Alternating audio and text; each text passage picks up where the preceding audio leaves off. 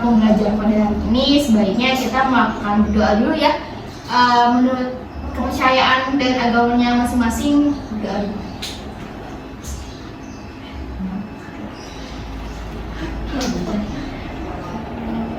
Ya, baik, doa selesai. Kita udah berdoa ya. Ibu izin melakukan presentasi dulu ya untuk memulai pelajaran ini. Ini kelas IPA ya? Iya, Bu. Oh, ya. Oke, baik. Oke, Adinda Salsa Hadir, Ibu. Oke. Kamila Yasmi Hadir, Bu. Alhamdulillah. Salma Salsabila Hadir, Bu. baik. Maaf. Saya, Bu. Oke, baik. Wah, mantep ya kelas IPA 1 nih ya. Bener, Tadi mantap, Bu. Ya. Ya. Jadi sebelum kita melakukan pembelajaran sebaiknya kita kenalan dulu ya satu sama lain supaya kalian juga enak kenal ibu dan ibu juga enak kenal kalian. Jadi perkenalkan, ibu namanya Safira gitu ya. Ibu tinggal di Bekasi gitu. Dan juga kalau misal teman-teman ada yang main di Bekasi bisa banget main ke ibu. Nanti tinggal hubungin ibu aja kalau misalnya pengen berkunjung ya. Ya, di sini ibu mau nulis nama ibu ya, supaya kalian kalau ada keperluan apapun bisa hubungin ibu gitu.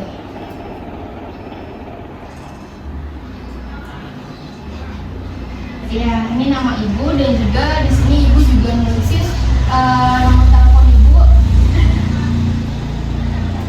Instagramnya dong, Bu. Boleh, Twitter kalau ada bu. Telegram, Bu. Ada boleh.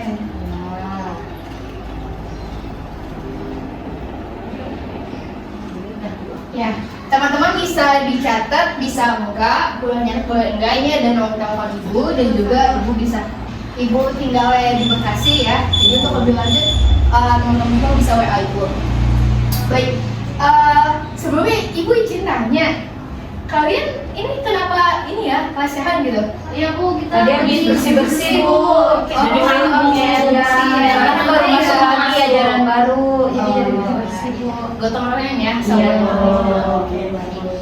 Semoga dengan keadaan kayak gini tidak mempengaruhi ini ya belajar dan pembelajaran kita ya teman-teman Enggak, Bu, semua. insya Allah, enggak. Tapi teman-teman nggak apa-apa di bawah. Enggak apa-apa, Bu. Santuy. Oke, santai ya. Siap. Santuy. Ya, jadi sebelum masuk ke materi yang akan ibu bawakan pada kali ini, ibu pengen menanyakan sebelumnya. Ini kelas IPA 1 kan ya? Iya, Iya, Bu. iya, IPA 1 dan udah menanjak kelas 3 SMA kan? Iya. Nah, biasanya permasalahan yang dihadapi pada anak kelas 3 SMA apa sih gitu? Ada yang tahu nggak? Cinta, Bu. Ya, pertemanan Bu. Pertemanan boleh. Tapi kalau misal kita melihat lebih jauh lagi ya teman-teman, biasanya kan kalau anak-anak udah kelas 3 gitu ya, yang paling dibingungin itu adalah gimana sih kita mau melangkah kemana gitu. Melangkah kita. Apa kita mau ke kuliah, apa kita mau bekerja, apa kita ya udah kita diem-diem aja main-main gitu kan itu suatu hal yang membingungkan kan buat kita kan. Nah, di sini ibu akan membawakan suatu materi teman-teman mengenai peningkatan keterampilan pengambilan keputusan gitu. Jadi pada materi ini teman-teman itu bisa mendapatkan wawasan, bisa mendapatkan pengetahuan maupun ide-ide bagaimana sih cara mengambil suatu keputusan untuk hidup kita yang memang lebih bijak lagi, lebih termotivasi lagi ya teman-teman. Oke, baik, ibu akan siapkan PPT-nya ya teman-teman. Jadi sebelum kita mulai pembelajaran teman-teman, saat ibu menjelaskan, teman-teman semua bisa memperhatikan, menyimak. Nah, setelah ibu menjelaskan, apabila nanti teman-teman ada hal-hal yang tidak dipahami, teman-teman bisa tanya ke ibu ya. Iya, Bu. Ya, minta tolong.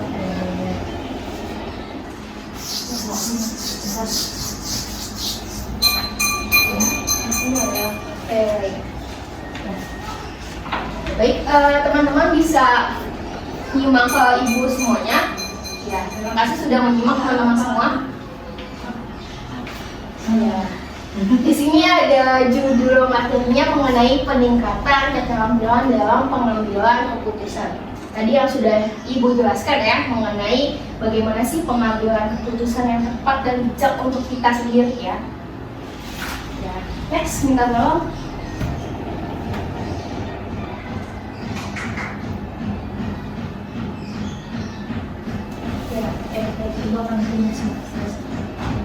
Ya, teman-teman bisa lihat di sini ada daftar isinya. Jadi daftar isinya kita akan membahas 4 materi mengenai definisi mengenai pengambilan keputusan itu apa sih? Yang kedua yaitu ada tahapan-tahapan. Nah, tahapan ini adalah tahapan dalam pengambilan keputusan. Jadi dia ada beberapa tingkatan sebelum dia menentukan keputusannya. Jadi yang ketiga ada contohnya. Nah, contoh dalam pengambilan keputusan yang tepat itu seperti apa sih? Nah, di sini akan dibahas dalam contoh kegiatan dalam tahapan pengambilan keputusan. Itu yang ketiga. Yang keempat adanya faktor-faktor. Jadi faktor-faktor di sini ada faktor pendorong dan juga ada penghambat. Nah, faktor ini yang juga bisa mempengaruhi kalian nih dalam pengambilan keputusan yang bijak dan tepat. Oke, baik. Next, jadi tolong. Ya.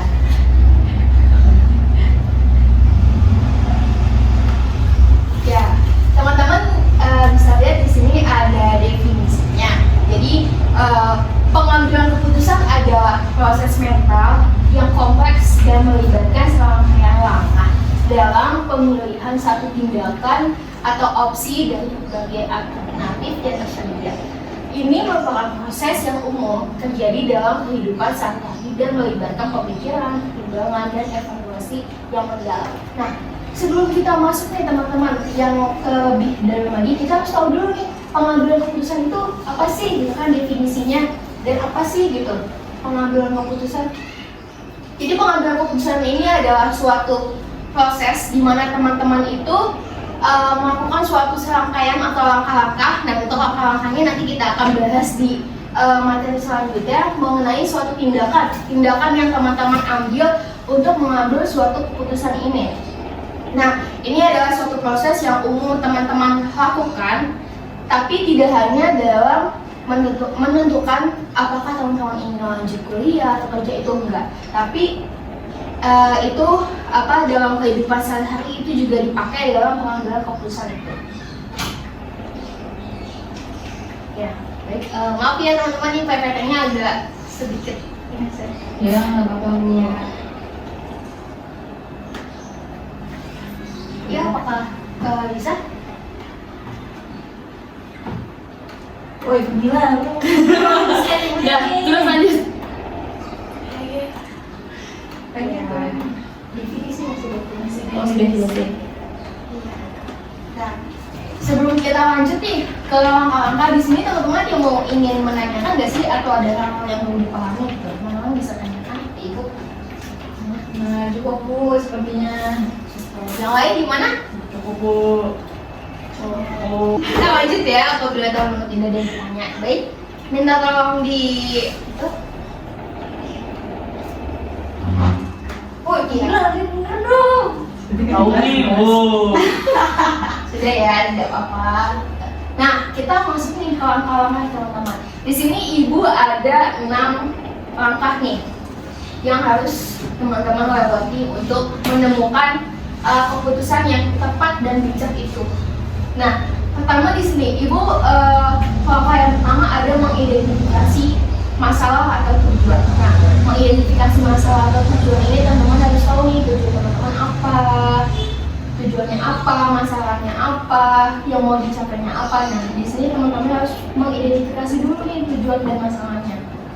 Setelah teman-teman mengidentifikasi tujuan dan masalahnya, kita masuk ke langkah yang kedua, yaitu adalah pengumpulan informasi. Nah, setelah teman-teman mengidentifikasi masalah dan tujuan, nah teman-teman cari nih informasinya itu seperti apa sih yang betulnya itu.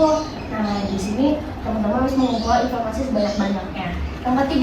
Yang ketiga ini ada langkah mengenai analisis dan evaluasi. Setelah teman-teman menemukan informasi itu, nah teman-teman olah lagi nih informasinya, apakah sesuai dengan tujuan teman-teman atau tidak, dan kemudian dianalisis lagi apakah dia masuk, apakah dia bermanfaat bagi saya. Nah, teman-teman analisis dan evaluasi juga. Setelah teman-teman udah menganalisis dan mengevaluasi, teman-teman lanjut nih ke pilihan alternatif ya. Pilihan alternatif ini dimaksudkan dengan teman-teman kan banyak ya analisis evaluasinya nih. Nah, teman-teman pilih mana sih yang paling bermanfaat bagi teman-teman gitu kan? Ya, nggak mungkin dong teman-teman pilih yang nggak bermanfaat bagi saya gitu. Nah, di sini adalah pilihan alternatif. Setelah itu, teman-teman mengambil keputusan nih. Setelah teman-teman memilih alternatif ini, nah inilah waktu dimana teman-teman mengambil keputusan. Apakah mau keputusan yang A, atau mau keputusan yang B. Nah, teman-teman sudah bisa mengambil suatu keputusan. Baik, selanjutnya yang paling akhir yaitu ada evaluasi hasil. Kalau teman-teman tadi udah mengambil keputusan, teman-teman udah melakukan itu nih, melakukan keputusan itu, terus teman-teman evaluasi lagi, apakah keputusan yang saya ambil ini apakah sesuai dengan saya ya, apa tidak. Nah, teman-teman evaluasi hasil di sini. Baik, sebelum kita lanjut nih, apakah dari 6 langkah ini ada yang ingin ditanyakan? Bu, saya mau tanya Bu. Ya, boleh silakan. Saya mau nanya Bu, yang di bagian mengidentifikasi masalah atau tujuan. Yang masalah yang dimaksud itu tuh kayak kesalahan di kitanya atau kayak kekurangan gitu ya Bu ya? Misalnya kita nggak bisa ini, terus kita diidentifikasi itu kekurangan kita ya Bu? Ya, baik, Ibu izin menjelaskan ya. Jadi mengidentifikasi masalah itu bukan masalah yang teman-teman lagi hadapi. Betul dapat dikatakan masalah karena itu adalah yang menimpa teman-teman. Teman-teman bingung kan ya? Itu banyak nih keputusan, saya pengen kuliah di A, tapi orang tua saya maunya milihnya di B. Nah, itu kan menjadi suatu permasalahan ya. Nah, itu diidentifikasi dulu masalahnya dan tujuannya. Nah, teman-teman ngambil ngambil kuliah di A ini tujuannya apa nih? Apakah karena emang bagus dan sebagainya. Nah, yang B, sedangkan yang di pilihan waktu ini teman-teman gak mau nih, tapi tujuan orang tua kita apa dulu nih? Nah, itu teman-teman harus tahu tujuannya apa. Itu. Terima kasih Bu. Sama-sama. Baik, yang lain ada yang ingin ditanyakan? Udah Bu. Oke ya. Baik, minta tolong buat slide selanjutnya. Belum. Lama nih. Ya, ini tadi adalah penjelasan yang sudah Ibu jelaskan. Kalau teman-teman mau baca silakan. Tapi untuk menghemat waktu ya teman-teman, kita next aja. Ini sama yang sudah tadi Ibu jelaskan kok. Baik Bu. Ya, ini juga. Ya, ini contohnya. Tadi kan kita sudah mengenai tentang langkah-langkah pengambilan keputusan. Nah, ini ada contoh nih, contoh kegiatan aslinya tuh yang kayak gimana sih gitu. Ya tadi, yang langkah pertama ada mengidentifikasi masalah atau tujuan. Nah, di sini saya ada contoh nih. Anak SMA kelas 12, dia bingung memilih jurusan kuliah saat lulus SMA. Nah, teman-teman di sini ada yang bingung nggak? Pilihannya tuh setelah lulus SMA tuh mau kemana sih? Gitu. Saya bingung Bu. Semuanya bingung. Semuanya bingung ya. ya. Nah, kalau Dinda gimana nih? Mau bingung. Apa yang dibingungin? Lanjut nikah. Oh, Dinda mau lanjut nikah ya? Oh. Bingung tuh mau kuliah di mana? Ada 2 pilihan. Nah, orang tua saya pengennya di Gundar, tapi saya pengennya di UGM. Gimana itu Bu? Iya, jadi nah itu tuh Dinda harus mengidentifikasi masalah Dinda dulu nih. Masalahnya apa? Apakah pengen di Gundar, apakah pengen di UGM? Nah itu Dinda harus mengidentifikasi masalah atau tujuan itu. Yang kedua ada pengumpulan informasi. Jadi di sini anak tersebut mencari informasi mata kuliah yang tersedia di univ yang dia pilih. Dia juga berbicara kepada guru BK-nya dan orang tuanya untuk mendapatkan pandangannya. Nah, kalau tadi kan Dinda kan bingung ya milih UGM apa Gundar kan. Nah, tapi Dinda sendiri mau milih apa? Jurusan apa? Psikolog Bu. Psikolog. Oh, di dua univ itu mau pilih psikologi dua-duanya. Ya. Tapi bingung univ ya kan? Iya. Nah, Dinda bisa konsultasiin ke guru BK ini mengenai psikologi mana sih Bu yang bagus, apakah di Bunda, apakah di UGM itu. Dinda harus mengumpulkan informasi itu sebanyak mungkin. Begitupun dengan apa aja sih di psikologi itu kita membahas mengenai apa. Nah itu Dinda harus tahu juga gitu. Jadi nggak bisa asal saya mau psikologi, saya mau ikut-ikutan teman. Nah itu nggak bisa. Dinda harus tahu dulu dalam psikologi itu ada apa gitu. Nah Dinda bisa konsultasiin ke guru BK maupun ke saya gitu. Baik Ibu. Ya. Selanjutnya ada analisis.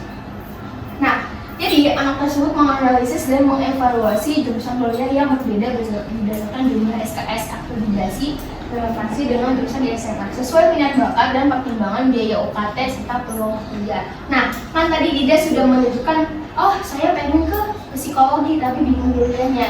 Nah, Dinda harus cari dulu nih apakah psikologi itu berkesinambungan dengan jurusan Dinda yang Dinda pilih saat SMA ini gitu, apakah masuk gitu. Terus dengan jumlah SKS-nya, apakah jumlah SKS di UGM maupun di Bunda itu apakah sama, apakah beda, apakah lebih banyak, apakah lebih dikit. Nah itu Dinda harus analisis juga. Begitupun dengan biaya UKT-nya. Nah apakah Dinda bisa memenuhi UKT di UGM, apakah Dinda bisa memenuhi UKT di Bunda. Nah itu Dinda analisis. Baik, minta tolong di slide.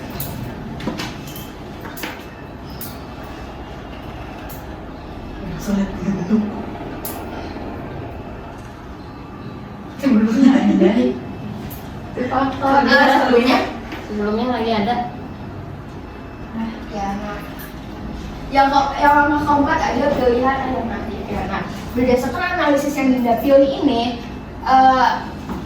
dia mengidentifikasi beberapa analisis jurusan yang cocok dan relevan dengan minat dan tujuan akademiknya, memilih jurusan teknik dan akademik sesuai dengan bakat dalam akademik matematika. Nah, setelah Dinda tadi menganalisis ya, oh Dinda ternyata menemukan suatu pilihan nih, pilihannya mengenai psikologi di UGM, karena yang Dinda dapat UGM itu ternyata wah hebat ya, dia negeri PTN, sedangkan di Gunadarma itu kan swasta ya, dan otomatis memang sama-sama bagus, tapi yang paling diminati kan sekarang kan yang PTN ya. Nah Dinda sudah menemukan pilihan itu tuh ya. Setelah Dinda menentukan pilihan itu, selanjutnya Dinda mengambil keputusan. Nah setelah menemukan pilihan ini, Dinda mengambil keputusan langsung nih, baik yaudah deh saya maunya psikologi yang di UGM aja gitu kan, karena di UGM ini kan juga PTN dan kebanyakan jurusan psikologi di UGM ini lebih diminati banyak dan peluang kerjanya pun banyak.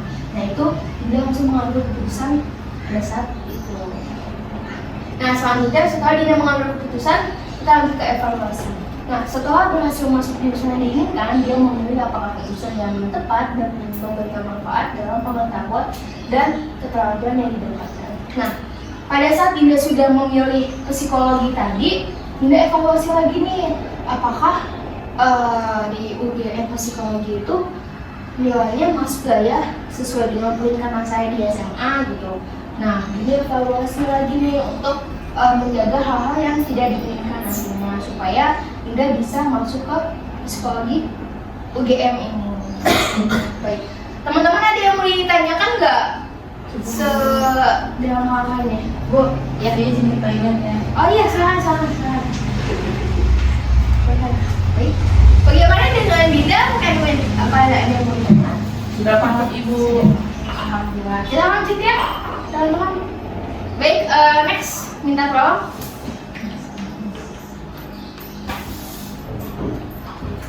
Nah, setelah tadi kita mengetahui orang kan ya, oh ternyata di sini ada pendorongnya loh. Di sini Ibu kelompokkan menjadi 3 faktor, yaitu ada tujuan. Nah, tujuan ini biasanya menjadi salah satu faktor yang eksternal yang kita tuju. Itu adanya tujuan, mencapai tujuan dengan aspirasi pribadi dan dapat menjadi faktor pendorong yang kuat dalam mengambil keputusan. Baik, yang kedua adanya prinsip. Nah, prinsip yang dipegang oleh seseorang itu juga menjadi faktor pendorongnya. Yaitu apa sih? Oh yaudah, prinsip saya kekeh pengen kuliah di psikologi, karena psikologi sesuai dengan mata kuliah yang saya ampuh gitu, yang saya sesuai dengan jurusan di SMA yang saya inginkan. Assalamualaikum. Bu izin masuk ya. Ya, soalnya. Ya. Terus yang ketiga ada informasi nih. Nah, informasi yang sudah Ibu jelaskan tadi, dia masuk juga ke faktor pendorongnya. Informasi mengenai apakah ini suatu info yang memang masuk ke dalam apa yang saya tuju, apakah info ini memang betul-betul yang saya inginkan gitu. Nah, ini ketiganya bisa menjadi faktor pendorongnya. Baik, bisa kami bisa.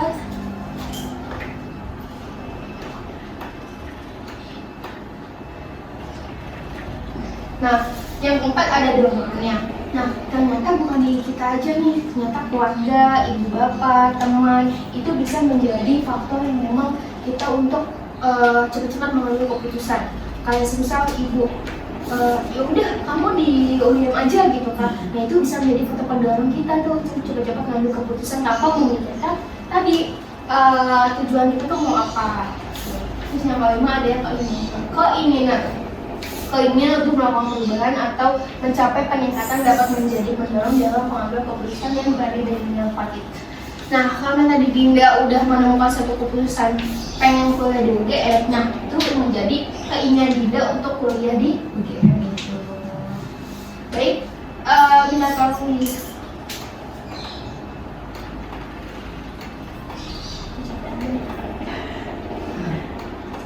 Lalu ngomong biar. Ya, baik teman-teman, karena tadi kita udah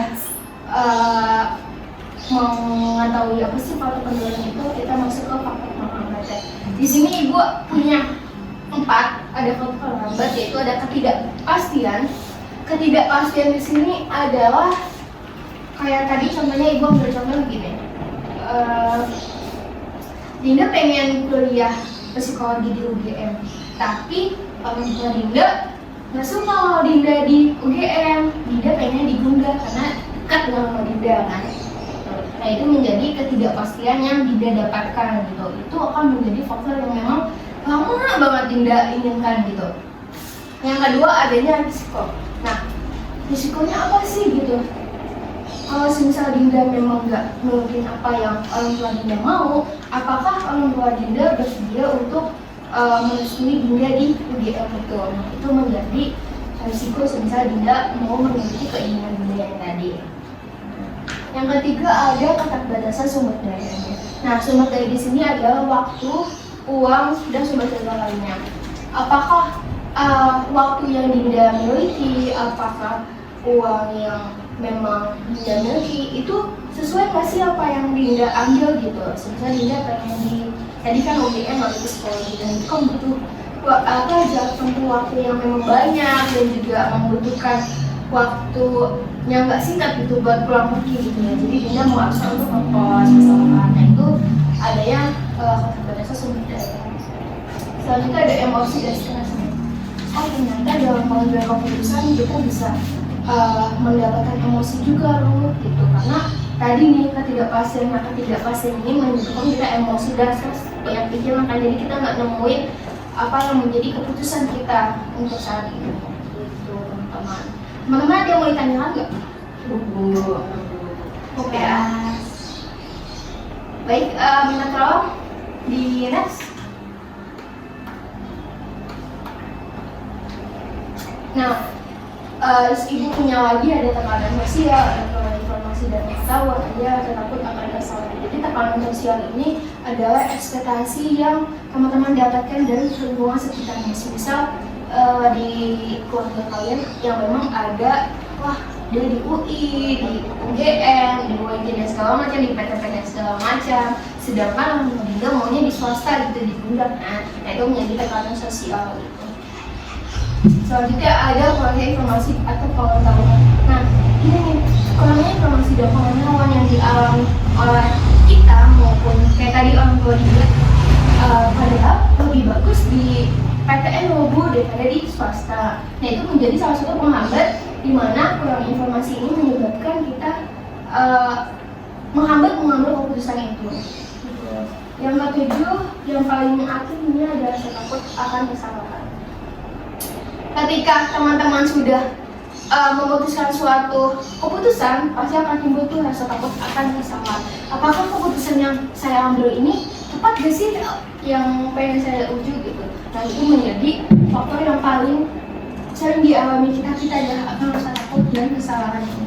Padahal kan kita belum mencoba ya, kita sudah takut. Itu menjadi hal yang memang agak krusial gitu, maksudnya agak tidak tidak masuk akal gitu. Ya udah kita coba aja dulu. Nah untuk rasa takut ini nanti aja tujuannya gitu.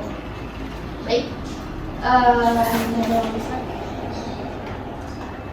teman-teman, baik, kita sudah mencapai di akhir pembelajaran kita ya.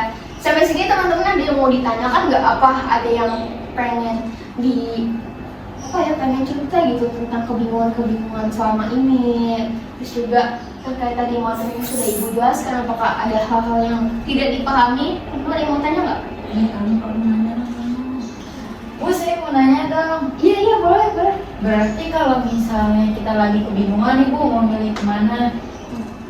Terus kita boleh Bu datang ke guru BK gitu buat konsul gitu, boleh Bu?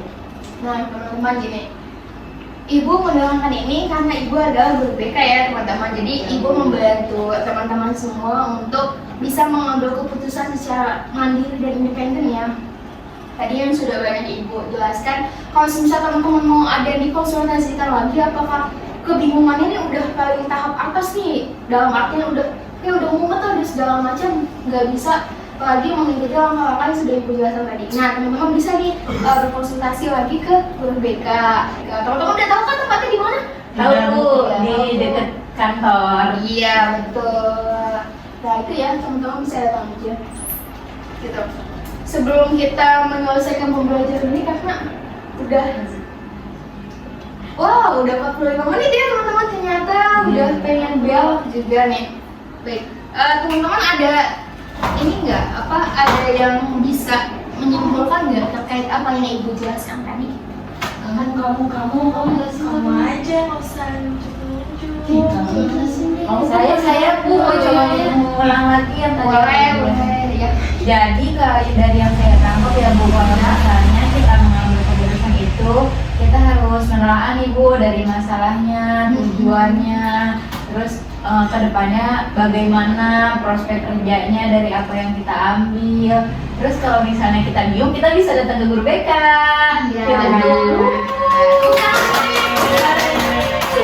Betul ya teman-teman, tadi apa yang dikatakan oleh Rahma mengenai materi yang sudah Ibu sampaikan ya.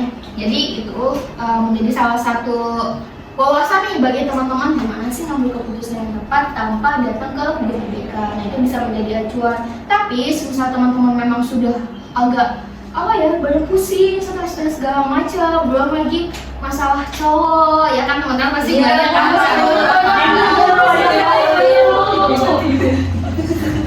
Iya, nah teman-teman bisa datang aja di guru BK. Teman-teman bisa hubungin Ibu. Juga tadi yang sudah Ibu tuliskan ya nomor teleponnya. Ayo Bu, Ibu. Oke baik. Jadi teman-teman juga udah 45 menit Ibu di sini dan juga udah disimpulin tadi ya yang kata Om kan itu betul. Nah kita mungkin saat ini Ibu tidak memberi tugas apapun. Tadi di pertemuan yang kedua yaitu minggu depan Ibu akan membahas bagaimana sih pengimplementasiannya mengenai pengambilan keputusan ini yang teman-teman akan hadapi nantinya. Ya, baik, sebelum kita akhiri kelas KBK kita menutup dengan doa ya teman-teman, karena tadi kita di awal juga sudah berdoa. Kita melakukan berdoa menurut doa yang masing-masing. Amin. Ya. Sebelumnya teman-teman Ibu mau ucapkan terima kasih ya sudah menyimak pertanyaan yang Ibu sampaikan tadi. Ibu izin pamit ke kelas ya. Terima kasih Bu.